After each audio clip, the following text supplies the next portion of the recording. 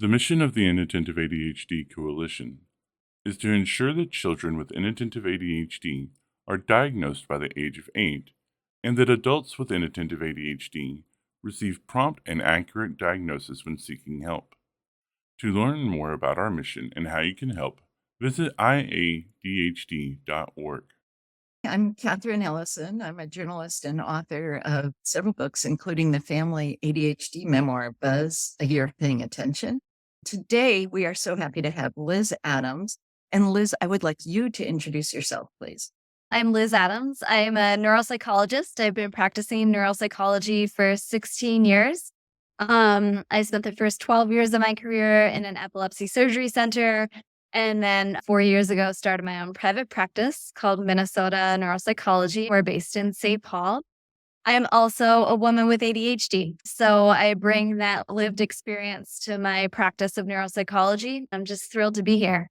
Thank you very much. We're thrilled to have you. Do you treat only patients with ADHD or a variety of issues? I see a variety of patients. Here in my private practice, my specialties are ADHD and dyslexia and all the things that come along with that, like anxiety, OCD, autism, choice exceptionality, things like that.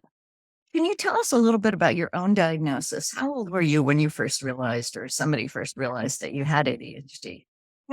A funny story that ties into what Russell Barkley calls diminished self-awareness and ADHD. I was diagnosed with ADHD when I was 31 years old. I was completely done with graduate school. I had gone through an entire PhD program specializing in neuropsychology, and I knew in my head everything about the diagnosis of ADHD in terms of the technicalities and things like that. But really didn't put two and two together. That was me. Were you struggling though, as you, when you looked back, did it all fit together? It was like this aha moment. But the interesting thing is, I was struggling and I didn't know it. Right? Okay. More about that. Yeah. What does that look like? Hustling and overcompensating, just all the things that are classic. Everything gets put on a list, right? Everything gets put on a Post-it note, right? Planning ahead for something that would take 20 minutes and giving myself 2 hours to complete it. I was really just compensating for all of these aspects of working memory. It's so typical of girls, isn't it? The way that we, or maybe anybody with inattentive ADHD. I don't know. Do you guys do it too? I think that inattentive ADHD is the factor in my experience. I think it's just those experiences of the symptoms that are more internal that we mask. What was it like to be you as a kid? Did you do well at school? It sounds like you must have. Yeah, I've actually done some retrospective self-reflection thanks to the Radical Guide for Women with ADHD by Sari Solden, Kathleen Adow, and Ellen Lippman. But as a kid, I was a high achiever. So I was always top of my class and very much of an ambitious kid and a competitive kid, both academically and in athletics. I was really anxious when I was a kid. So I was that quiet kid who wouldn't speak up in class. The teachers would always say, we just wish we heard more from her. Did you have a lot of friends, or was it a problem socially too? Socially, it was great. I was a social butterfly. That's always been an area where I feel really comfortable. Yeah, and do you think that was part of your ADHD? Were you just a bubbly personality with a lot of imagination? Or what attracted other people to you as friends? Yeah, I think it's a combination. I have a naturally light temperament, and in those settings, it really draws that out of me. I'm also pretty energetic. And I'm also an extrovert. And so it just naturally enjoys it. So I don't know if I really attribute that aspect of my socialization to the ADHD. Other things about social functioning, absolutely. But what do you mean? What other things? This is a harder one to talk about, but I do talk about it openly because I think it's real for a lot of people. Just that unreliability and that tendency to be like, oh my God, yeah. And realizing, holy cow, I just can't do that. It's not going to fit in my calendar. And just the knee-jerk yes, followed by I don't think I can. Sometimes that's such a wonderful quality in people. The improv motto for improv artists is yes. And I think that's very ADHD, the best of us. Absolutely. So what made you decide, what was the tipping point when you were 31 that made you get a diagnosis? I am really lucky because my best friend in the whole world is also a PhD neuropsychologist, who does not have ADHD. She was very kind and forthright with me and said, "Hey, Lizzie, have you ever wondered about this for yourself?" What had Um, she noticed about you? What was the tipping point for her? that tendency to say, yes, ooh, like she was a recipient of that. Kind of that. Like, what kinds Um, of things would happen? Would say, yes, I can go out to dinner and to work on a paper? yeah, totally. Professionally, colleagues and also friends. So, yeah, I want to be on that project. Yeah, I can go to happy hour. And then, oh, shoot, I can't make it. That kind of a thing. Yeah. What did your diagnosis do for you? What changed after you were diagnosed? That's a good question. I'm pausing because I'll say this. It was and is a bit of a process ongoing. Every day. Yeah, every day.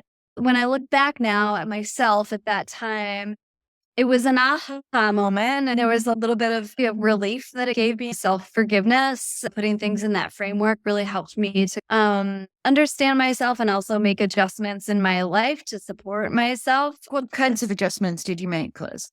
A couple things. I'll just give some things that were small but big for me at that time. Giving myself extra time to get somewhere when I was going somewhere so I wouldn't be late because I just chronically underestimate the amount of time it's going to take me to do stuff. Closing off my email when I'm working on reports. I will do that to this day. Very good. Yeah. Then giving myself quiet space when I'm needing to work on something. My natural tendency is to leave my door wide open and welcome interruptions. I've learned some coping mechanisms, but I will say, I just want to comment on this because I think this is true for a lot of people. At the beginning of my diagnosis, I had some awareness, but I also had some defensiveness. Uh-huh. Yeah, that can't be me because I'm a neuropsychologist or I'm XYZ or You've achieved so much. You've accomplished. People think you must be a screw up if you haven't. yeah, You know. yeah. But once you, I guess, embraced it, it sounds like you were more kind to yourself. Did that help with the anxiety? Major. Major.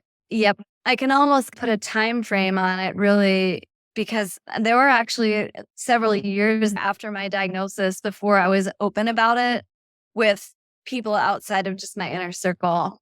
Because of all that shame, I had all these funny, irrational fears that the board of psychology would take away my license. Or Give you a specialty designation, right? They give you honor, special honor. Has that changed? Like now you speak more openly about it. What changed in your mind that made you more embrace it? it was a change in my experiences, maybe more than like rationally, where I just came to the point where I was like, you know what, this is just who I am. This is shit that's happening. For me, maybe it's like you tell people and they don't keel over and right. That's exactly what I was going to say. Yes. You find that it's not that big a deal, really. The other Yeah, thing is everybody thinks they have it. So then it's not as important as you feel like it is.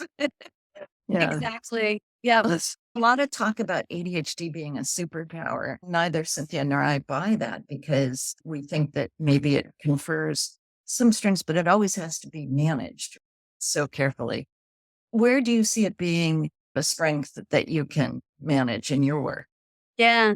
I totally agree with that. The way that I word it is that there are superpowers that come along with ADHD. So I think each symptom has another side of it that can be a superpower for some people. Just this morning, I gave a webinar to a group of women with the ADHD on the topic of catching creative ideas.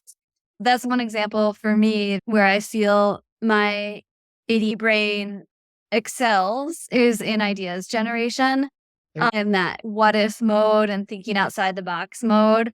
That's one of my superpowers, I think, associated with ADHD. What do you mean by catching the ideas? Is there a trick to doing that? I'd love to know. Yeah, that is the way the default mode network is activated in ADHD brains. People with ADHD tend to be pretty good at generating ideas, but catching them requires putting them on paper. So externalizing them, like Russ Barkley talks about externalizing the idea.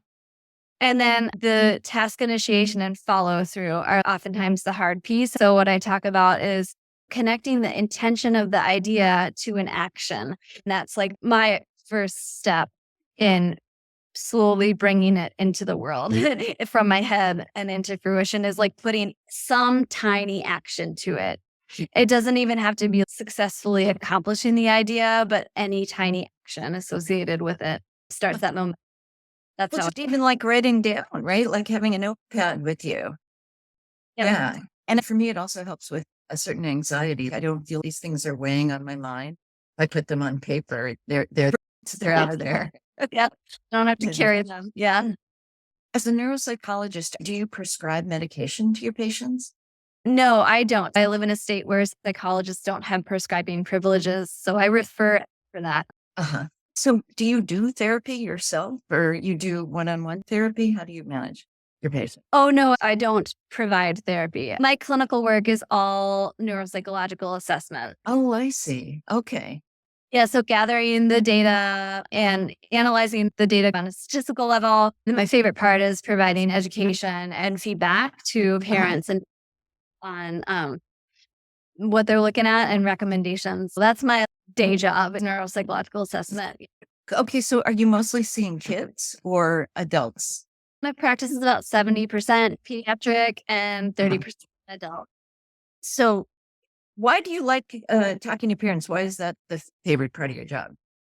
One of the things that I love to do is this process of bringing pretty complex topics into accessible and meaningful package for people.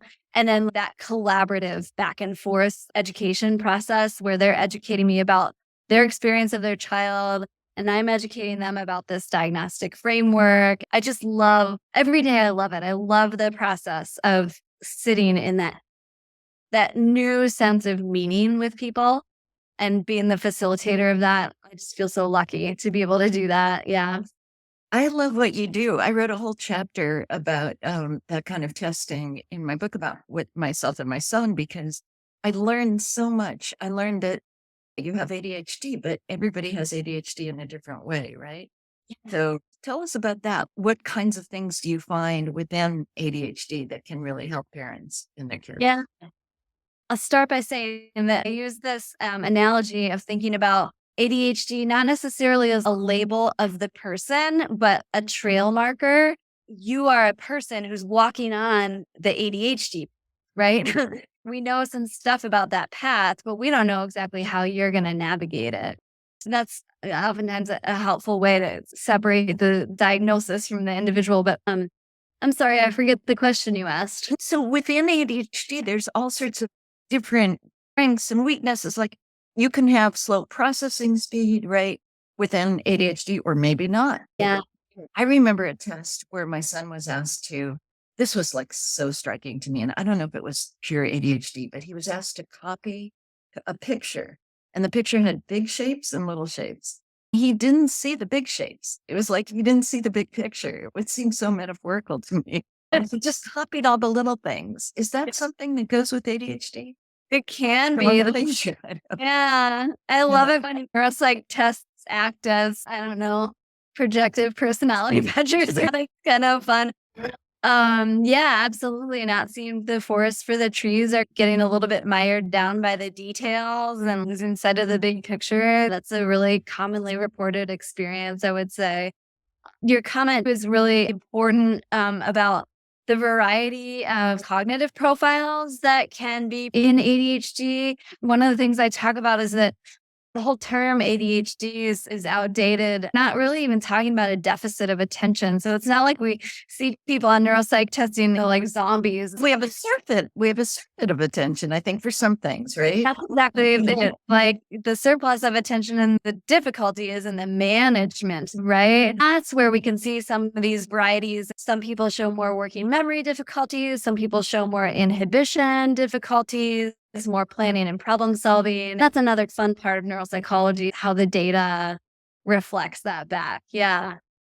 When you're doing a session with somebody and you're telling them about these tests, you're also giving some recommendations for how to handle it.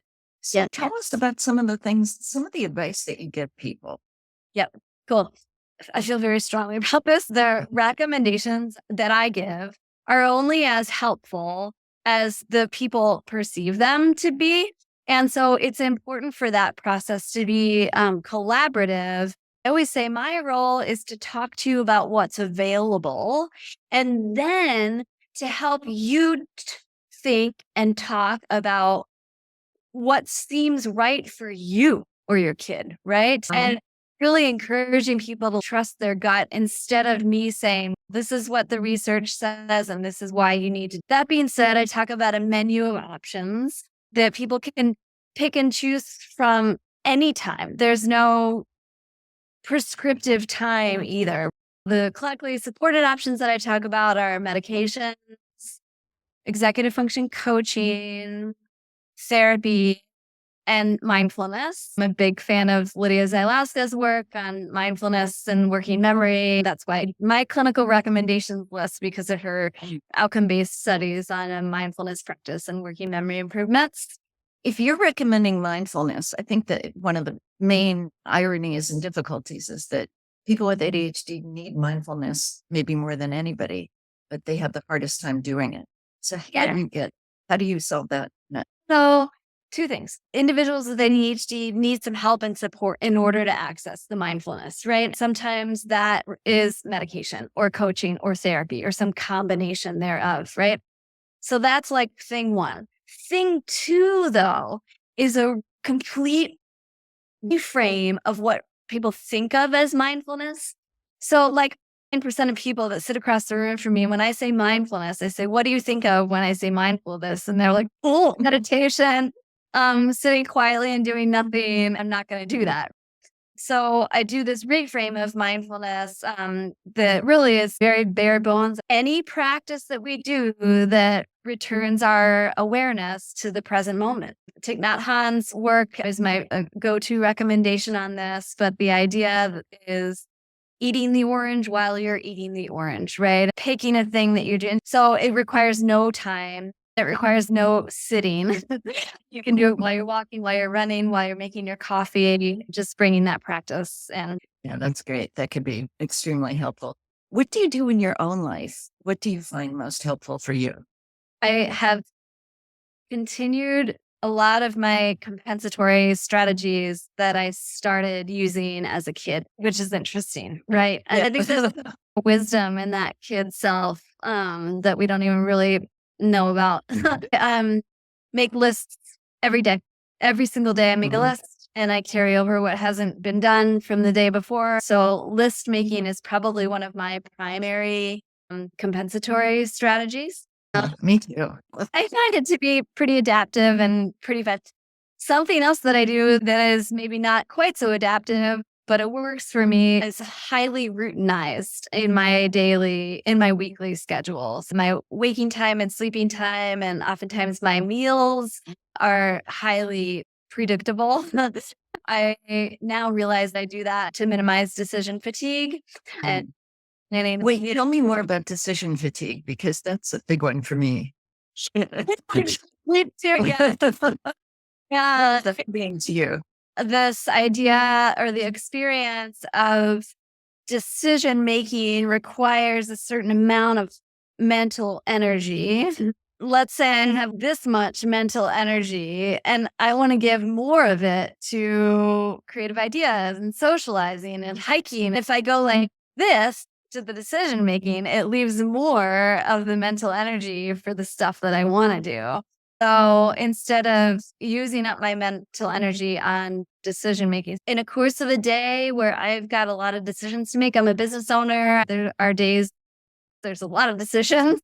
And I just give myself grace at the end of that day and realize that I'm exhausted from just purely making decisions. I love that because I know that I like structure in my own life. I need it. And sometimes it's most difficult for me on the weekends when I do have more decisions to make, right? So I think of it as the option storm. I think because our minds are more open, we have so many ideas coming in. You could do this, you could do that, that it is it's very fatiguing process. Yeah. Yes. How do you handle being a businesswoman? Do you delegate a lot of things? It's an interesting phase right now because I started this practice on my own. I was the only person. I was doing everything for about 2.5 years. Now I have a team of 5 employees. I am fortunately in the process of being able to delegate a lot of stuff. My team is just fantastic and incredibly competent. I'm able now, like just this year, to start being like, you know what? I am not really good at this. Yeah. Yeah. Oh, that's great. That's wonderful. So with your business, you're not only doing these neuropsych evaluations, but you're also doing some webinars. Can you tell me about some of that? I actually have, long story, but I won't tell the whole, but I've set up a separate business for my ADHD workshops for women for 2 reasons. One, because my private practice is called Minnesota Neuropsychology, and I wanted my audience to be broad, and it is. I've got women from all over the world, the US and Europe and the UK. I wanted to not have it tied to Minnesota. But the other reason is because I wanted to be able in that role to bring more of me to that role as opposed to like acting as a clinical neuropsychologist. It allows me to broaden my scope and do psychoeducation, but also some coaching. So yeah, I'm doing apps and webinars to empower women with ADHD. That's fantastic. So you're saying that you have actually 2 businesses or separate businesses. And what's the other one called? It's called Liz Adams. Okay. You Just know, want people to be able to know about it. And yeah. that's workshops, webinars to empower. What would be some of your nuggets, if you don't mind, to empower women with ADHD? Do we need some special empowering? Yeah, I started doing it because I know I need it. And I thought, well, I'm not the only one. So I'm going to share the process. The process that I teach about and facilitate starts with bringing neutral awareness to symptoms through a guided look at our lives or a person's life, and self-compassion by looking at our self-talk that we do and I say like listening in on the conversations that we have with ourselves and wiggling some of that speech. Then a process that I call future visioning. It's the 3-part process, empowering women to listen to themselves and tap into their desires. A lot of times we tend to look to the outside world for what we need to do and for that feedback. So tapping into our own desires and looking forward with that. So that's my process. That's just great advice for all women, whether we have ADHD or not, isn't it? Liz, what is your best advice for parents and teachers? Kids need to be diagnosed, obviously, at an early age to really help the most. What signs should they be looking out for inattentive ADHD kids who are often missed? That is a great question. And it is tricky to spot, I will say, because by nature of inattentive ADHD, the symptoms are internal. I often describe it to be similar to anxiety in that the symptoms are primarily experienced by the individual. Some people close to them might start to see some things, but it's very different from a more externalizing thing. So it's tricky to catch. Many girls aren't diagnosed with ADHD until age 13, and that's because those inattentive symptoms tend to fly under the radar. That being said, things to look out for are any type of avoidance behaviors that don't make sense, where you're smart, you're doing great. Why are you avoiding doing your homework or going to school? Any emotional responses to attending school or completing tasks. The big thing that people see at home is what people call lack of motivation, but it's not a lack of motivation. It's a difficulty with task initiation, that difficulty getting started on something. If you see a kid where you're like, you know what, I told you to do that and you haven't done it yet, having that question, how much of that is in your control? Yeah, excellent question, isn't it? Do you think it would have made a huge difference in your life if you'd have been diagnosed earlier? Do you wish you had? Yeah. So what would it have done for you? I think, and this is coming full circle, but I think it would have reduced what is now a pretty well-developed anxiety response and shame response. If I would have had more understanding of why I am the way I am, I might have had a less well-developed shame response, which would be nice. This might be a difficult question for you to answer then if you have a very developed shame response. But why do you think you're tremendously successful getting women from all over the world to seeking you out? Why do you think that is? What do you think you've done Yeah, particularly? honestly, I'm grateful for this, but I think it's just because for better or for worse, I'm a real genuine, candid person. There's pros and cons to that, man. But I think that's the magnetism. I think that's the energy that I put out. I For think sure. people respond to that. So We're definitely seeing that. But I'm wondering if you have a great way of advertising on the web, or how do you draw these people? oh man, I'm actually having a hard time putting my own finger on that right now. The business is quite young. It's only been live for 1 year. I do a lot of writing. I do a lot of these webinars. I have a pretty wide social network of friends and colleagues from all over the world that has helped just building the word of mouth. Maybe also just being open that you are somebody who helps people provide some kind of therapy and also have ADHD yourself. Do you think that's the key? I do think Yeah. that, yeah, the combination of the professional background and the lived experience, I think, is a big factor. This has been great. It's really been a delight talking with you. This has been a production of Inattentive ADHD Coalition. Check us out at iadhd.org and see how you can help us by donating or by spreading awareness about inattentive ADHD. Thank you.